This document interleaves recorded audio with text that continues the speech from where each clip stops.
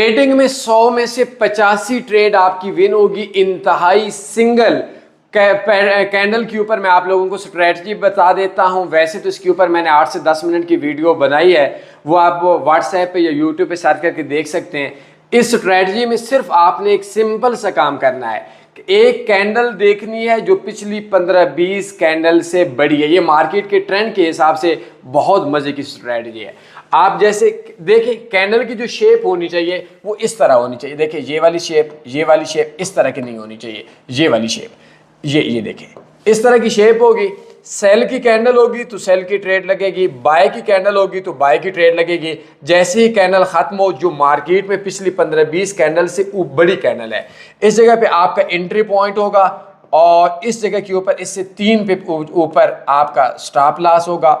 अगर मार्केट के अंदर आपके पेयर का स्प्रेड थोड़ा ज्यादा है तो वो 1-2 पिप ऊपर नीचे कर सकते हैं। जितना आपका स्टॉप लॉस बनेगा इतना ही आपका टीपी होगा और इसके ऊपर आपका ऑफ कोर्स 100 में से 80-85 ट्रेड इंशाल्लाह विन करेगी। अगर इस तरह की भी कैंडल बनती है, नो नॉट बैड।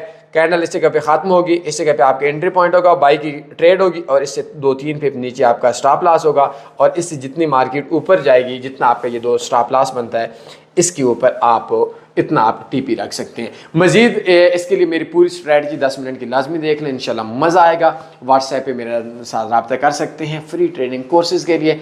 अपने ख्याल रखिएगा। अल्लाह हाफ़िज़।